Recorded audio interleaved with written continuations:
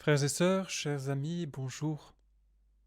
Depuis les premiers siècles, le samedi est le jour où l'Église célèbre la Vierge Marie. Si en ce temps de carême, la liturgie propre à ce temps prime sur la mémoire de la douce Mère de Dieu, cela ne doit pas nous empêcher de tourner nos regards vers celle qui a cru. En effet, c'est bien un samedi que la Vierge a vécu la radicalité de la foi. Souvenez-vous, la veille, son fils avait été mis à mort sur le bois de la croix. Tout semblait perdu. L'immense espoir qui avait jailli dans la communauté des disciples semblait voué à l'anéantissement le plus total. Pourtant, dans le silence et l'angoisse de ce grand sabbat, de ce samedi saint, une seule personne veillait. Dans le silence de la chambre haute, Marie, mère de l'espérance. Depuis lors, mère de l'Église, elle veille tout particulièrement sur nous dans les jours où l'ombre semble nous submerger. En ce 12e jour de confinement, en nous glissant dans sa foi et dans son espérance, en invoquant son intercession si puissante, entrons maintenant dans la prière. Au nom du Père, et du Fils, et du Saint-Esprit. Amen. Prions le Seigneur. Que ta grâce nous obtienne, Seigneur, d'imiter avec joie la charité du Christ qui a donné sa vie par amour pour le monde. Lui qui règne avec toi et le Saint-Esprit, maintenant et pour les siècles des siècles. Amen.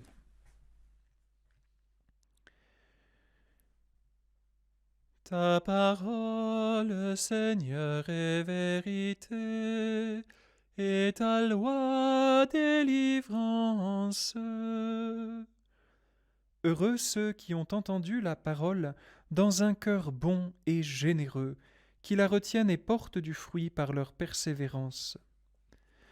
Ta parole, Seigneur, est vérité, et ta loi délivrance.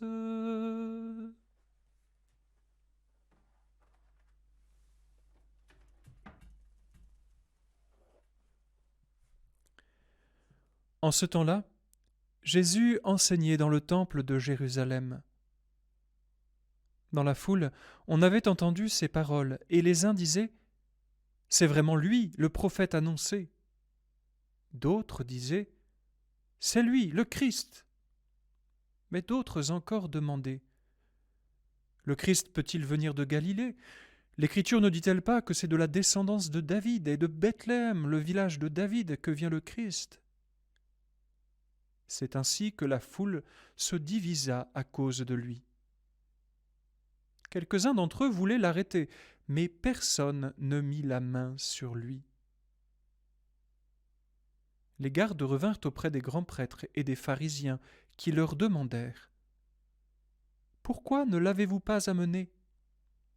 Les gardes répondirent: Jamais un homme n'a parlé de la sorte. Les pharisiens leur répliquèrent: Alors vous aussi vous êtes laissés égarer?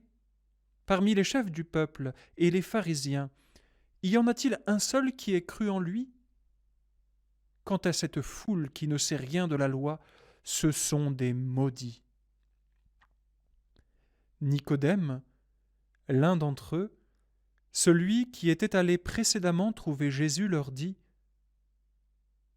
Notre loi permet-elle de juger un homme sans l'entendre d'abord pour savoir ce qu'il a fait? Ils lui répondirent: Serais-tu, toi aussi, de la Galilée? Cherche bien, et tu verras que jamais aucun prophète ne surgit de Galilée. Puis ils s'en allèrent, chacun chez soi. Acclamons la parole de Dieu. Louange à toi, Seigneur Jésus.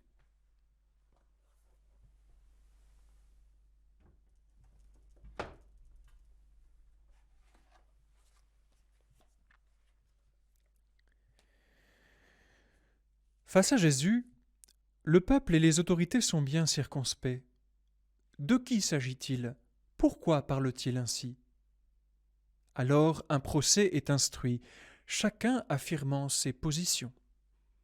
Et des tendances se dessinent.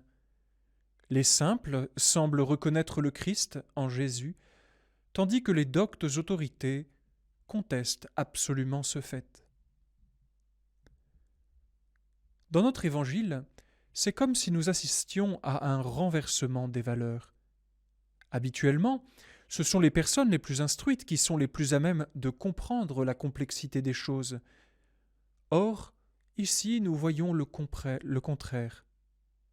Les plus simples comprennent qui est Jésus, puis, à mesure que l'instruction grandit, on a l'impression que les obstacles à la compréhension sont de plus en plus grands. Nous avons d'abord les membres du peuple, qui savent que le Messie, le Christ, doit être issu de la descendance de David et venir de Bethléem. Puis nous avons les autorités versées dans les Écritures, qui sont totalement imperméables à toute compréhension. Nous avons ici une parfaite illustration de la parole de Dieu qui dit « Déchiffrer ta parole illumine, et les simples comprennent ». Seule la simplicité de cœur rend capable de comprendre la vérité concernant le Christ.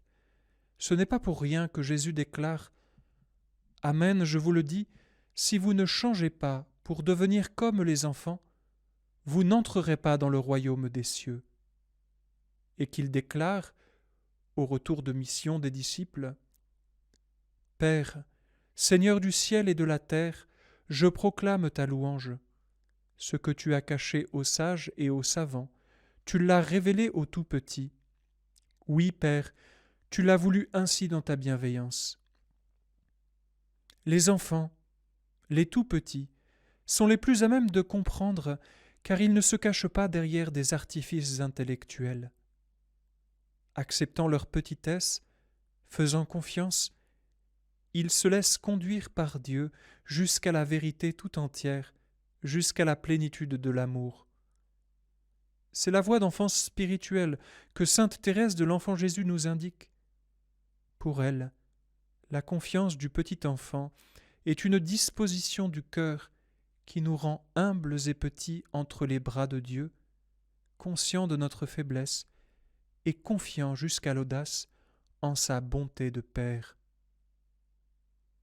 Pour s'approcher de Dieu, pour le connaître comme il convient de redevenir comme des enfants, d'apprendre la confiance humble et fidèle, la confiance de chaque instant. Mais comment faire, me direz-vous? Notre évangile contient la réponse, car parmi les autorités que nous présente notre texte, il est une personne qui semble échapper à la règle. C'est Nicodème. Nicodème, je ne sais pas si vous vous en souvenez, c'est ce notable, ce pharisien respectable, qui était venu trouver Jésus de nuit, au chapitre 3 de l'Évangile, intrigué par les signes que Jésus faisait. Il avait décidé de lui parler, dans le secret. Or, à sa grande surprise, Jésus l'avait entraîné sur un terrain inconnu. À moins de naître d'en haut, lui avait-il dit, on ne peut voir le royaume de Dieu. Stupeur du maître, est-ce écriture sainte? Comment un homme peut-il naître quand il est vieux? Peut-il entrer une deuxième fois dans le sein de sa mère et renaître? La réponse de Jésus était venue. Personne, à moins de naître de l'eau et de l'esprit, ne peut entrer dans le royaume de Dieu. Nicodème, du haut de son savoir, ne comprenant toujours pas, se vit répondre par Jésus « Tu es un maître qui enseigne Israël, et tu ne connais pas ces choses-là » Quelle humiliation pour un homme si docte! Mais c'est justement cette humiliation, conduisant à une plus grande humilité, qui a permis à Nicodème de recevoir l'enseignement que Jésus lui donna alors sur sa mission. Ce qui s'est passé avec Nicodème, c'est tout simplement qu'à travers l'humiliation, il a découvert sa pauvreté, sa petitesse. Muni de ce précieux outil, sa faiblesse, sa petitesse, il a été à même de recevoir le message de Jésus, de se laisser transformer par lui. Nous pourrions dire qu'il est devenu enfant de nouveau. Frères et sœurs, parfois Dieu nous fait passer par des échecs, par des remises en cause, des petites choses qui nous montrent nos limites, nos pauvretés. J'imagine par exemple qu'en ce temps de confinement, nous sommes plus facilement confrontés à nos manques de patience, en famille, avec nos parents, dans notre solitude. Toutes ces petites choses qui nous montrent nos limites, ce sont des outils dont Dieu se sert pour nous aider à redevenir des enfants, des petits, réceptifs à sa grâce et à son amour. Dans de tels moments, il est important que nous acceptions cela, même si c'est douloureux. En nous montrant nos limites, Dieu nous façonne un cœur qui écoute, bien différent de celui des autorités de l'Évangile. Alors, demandons la grâce de redevenir comme des enfants. Demandons la grâce de la simplicité du cœur à l'écoute de la parole de Dieu. Oui, Seigneur, déchiffrer ta parole illumine, et les simples comprennent.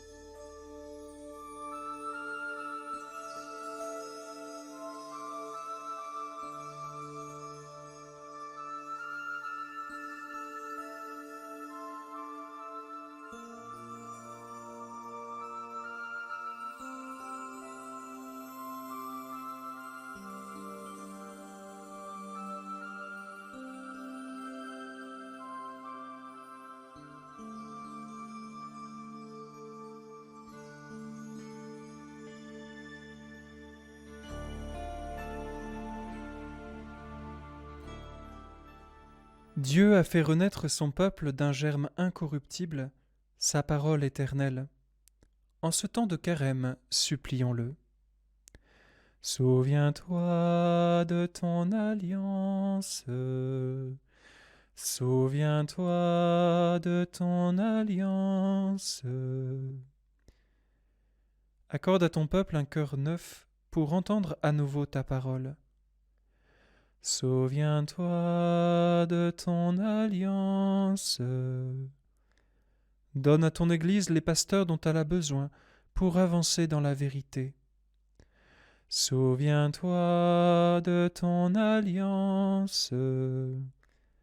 Soutiens dans leur engagement ceux qui ont tout quitté pour suivre le Christ. Souviens-toi de ton alliance. Ouvre au mystère de ta parole ceux que tu prépares au baptême.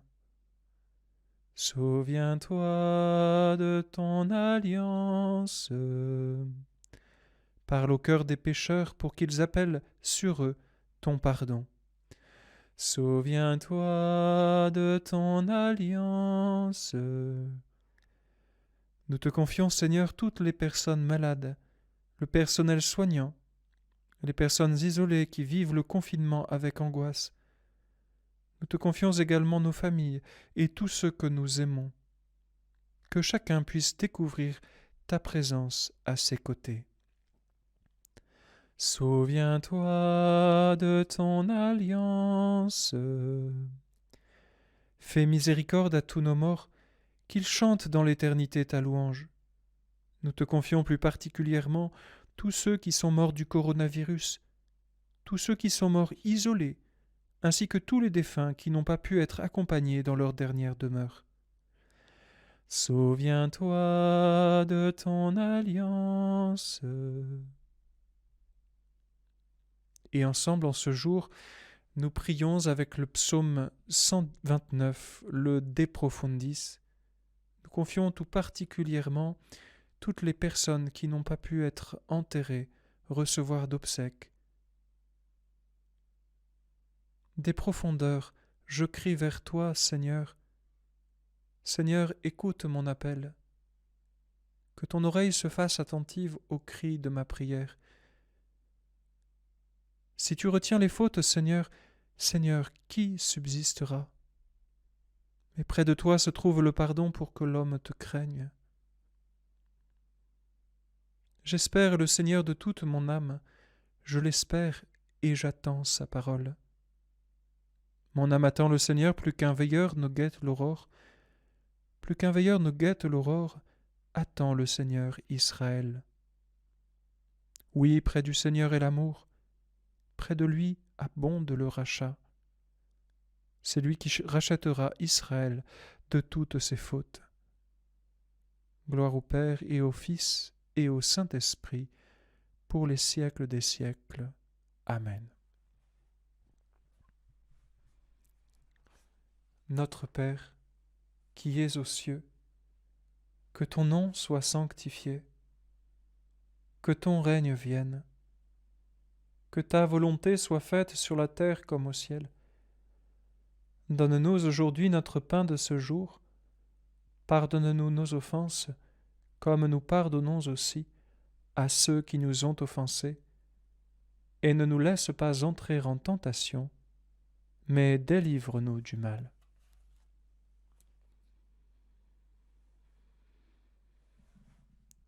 Et ensemble, nous disons la prière diocésaine de ce carême d'épidémie que nous propose notre archevêque. Dieu très bon, ce carême 2020 est marqué dans le monde entier par l'épidémie du Covid-19. Au long de ces semaines, nous voulons suivre de plus près le Christ Jésus. Il est venu ouvrir un chemin de vie aux pécheurs et donner une espérance aux malades. Ouvre notre cœur à chacun, à une attention délicate aux autres. Que l'Esprit Saint nous inspire comment tirer profit de cette situation pour sortir de nos égoïsmes et accepter de nous comporter de manière responsable pour le monde entier. Fortifie, soutiens, protège celles et ceux qui se donnent au service des personnes malades, dans les hôpitaux ou en ville. Soutiens aussi les chercheurs. Permets-leur de trouver sans tarder les voies de la guérison. Envoie ton esprit consolateur à ceux et celles qui sont dans le deuil, qu'il accompagne les malades de sa force. Accorde la plénitude de la vie à ceux qui meurent. Dieu très bon, nous te confions les catéchumènes qui se préparent à être baptisés dès que possible. Qu'ils deviennent avec nous d'authentiques témoins de ton amour plus fort que la mort. Amen.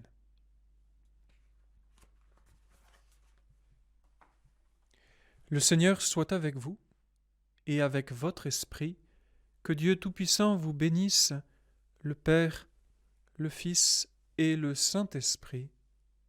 Amen. Et nous nous tournons vers la Vierge Marie. Je vous salue Marie, pleine de grâce. Le Seigneur est avec vous. Vous êtes bénie entre toutes les femmes. Et Jésus, le fruit de vos entrailles, est béni.